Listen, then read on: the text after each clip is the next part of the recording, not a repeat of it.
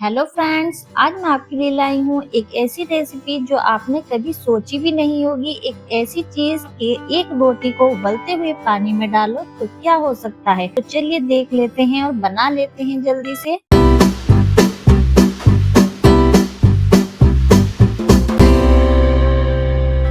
यहाँ मैंने नॉर्मल रोटी का आटा लिया है। आप देख भी सकते हैं इसमें काफी अच्छी लचक है।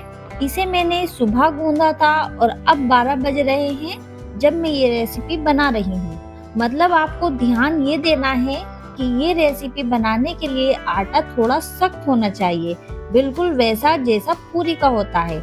यहाँ हम एक बड़े चम्मच के करीबन आटा मिला रहे हैं और इसे धीरे धीरे करके मिला लेंगे ताकि मेरा आटा सख्त बन जाए। और अब हम हल्का सा हाथ गीला करके ये सूखा आटा भी मिला लेंगे और इसे हम मथ लेंगे अच्छे से।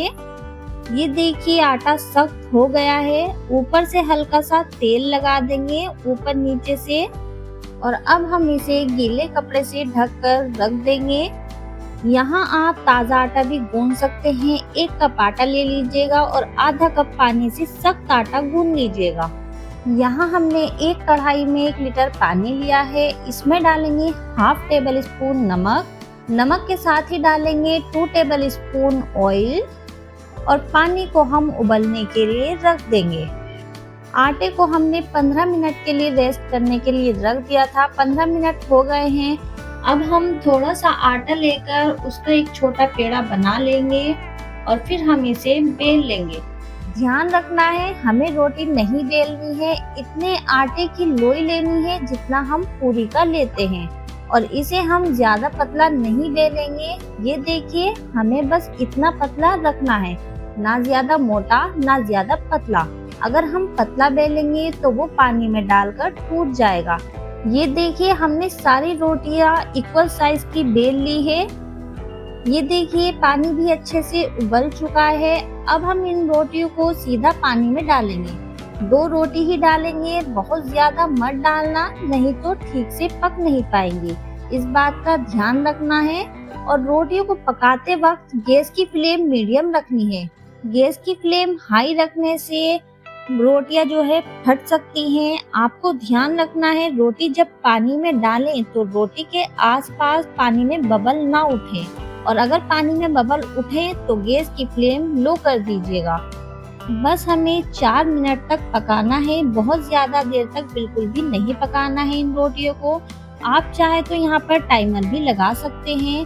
और अब हम इसे एक करछी से निकाल लेते हैं क्योंकि हमें 4 मिनट हो चुके हैं और स्ट्रेनर में रख देते हैं। और यहाँ पर हम रोटियों के ऊपर फटाफट से पानी डाल देते हैं जिससे इसकी कुकिंग प्रोसेस रुक जाए। अब हम इन्हें ऐसे ही रखे रहने देना है और 6 से 7 मिनट ऐसे ही छोड़ देंगे रखकर, जिससे रोटियों का सारा पानी सूख जाए। इसी तरह से हम सारी रोटियां उबाल लेंगे। अब मैं आपको बताती हूँ नूडल्स कितने आसान है बनाना। पहले एक रोटी लेंगे, उस पर हल्का सा ऑयल लगाएंगे दोनों तरफ। ऑयल हल्का सा लगाना है, ज्यादा नहीं लगाना है। अब इसको हम हल्का सा रोल करेंगे, ज्यादा दबा के रोल नहीं करना है। इस तरह से हम रोल कर लेंगे और पतली पतली लाइंस कट कर लेंगे इस तरह से। अगर आपको पतले नूडल्स पसंद है तो पतला पतला काटना, मोटे पसंद है तो मोटे काटिएगा। मैंने यहाँ पतले पतले कट कर लिए हैं। अब हम इन्हें खोल लेते हैं। बहुत ही आसान तरीके से ये खुल भी जाते हैं। अब मैं आपको दूसरा तरीका बताती हूँ कट करने का। रोटी लेंगे, उस पे अलट पलट के हमें ऑयल लगा देंगे जैसे हमने पहले लगाया था और इस तरह से पतले पतले लंबाई में स्लाइस की तरह कट कर लेंगे। आप यहाँ पिज्जा कटर का या नाइफ का भी इस्तेमाल कर सकते हैं। आपको जो भी आसान स्टेप लगे वो ही यूज कर लीजिएगा। ये देखिए हमने सारे नूडल्स कट कर लिए हैं और कितने लंबे लंबे नूडल्स बने हैं। एकदम परफेक्ट नूडल तैयार हैं। अब हम लेंगे एक पैन, इसमें डालेंगे 2 टेबल स्पून ऑयल। ऑयल को हम हल्का गरम कर लेंगे। अब हम डालेंगे 1 टीस्पून बारीक कटा हुआ लहसुन। 1 टेबल स्पून डालेंगे बारीक कटी हुई हरी मिर्च। हल्का सा फ्राई करेंगे। अब यहाँ हमने कुछ वेजेस लिए हैं। इन वेजेस को हमने मोटा मोटा स्लाइस में कट करा है और टमाटर जो लिए हैं उनके बीज निकाल दिए। 1 मीडियम साइज का टमाटर लिया है, 2 टेबल स्पून पत्ता गोभी ली है, हाफ शिमला मिर्च। यहाँ हमने 1 मीडियम साइज की प्याज ली है, ये भी डाल देंगे। इन वेजेस को हमें ज्यादा नहीं पकाना है और हमें गैस की फ्लेम हाई रखनी है और 30 सेकंड के लिए हम इन वेजेस को पका लेंगे। यहाँ हमें वेजेस को गलाना बिल्कुल भी नहीं है, इनमें क्रंच बरकरार रहना चाहिए। अब हम डालेंगे इसमें 1 table spoon soya sauce, 1 teaspoon डालेंगे विनेगर और अब हम सोया सॉस को और विनेगर को अच्छे से पका लेंगे।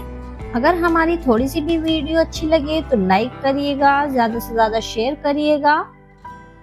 जब हम सोया सॉस डालते हैं तो इन्हें हमें अच्छे से पकाना होता है वेजेस के साथ, इसलिए हम सोया सॉस को अच्छे से पका लेंगे।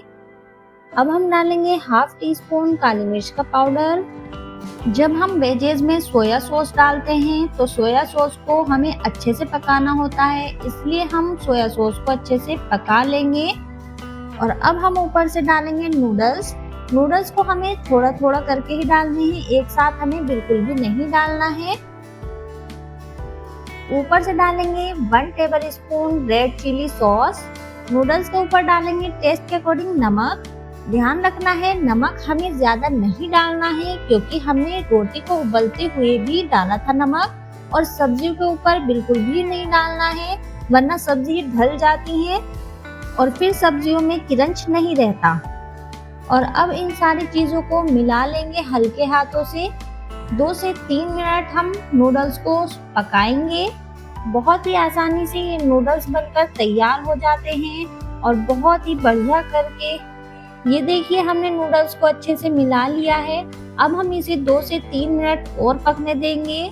2 से 3 मिनट हो गए हैं, अब हम इन्हें सर्व कर लेते हैं। घर वाले भी यकीन नहीं मानेंगे कि आपने ये रोटी के आटे से बनाए हैं। इस रेसिपी को जरूर ट्राई करिएगा और फ्रेंड्स के साथ जरूर शेयर करिएगा।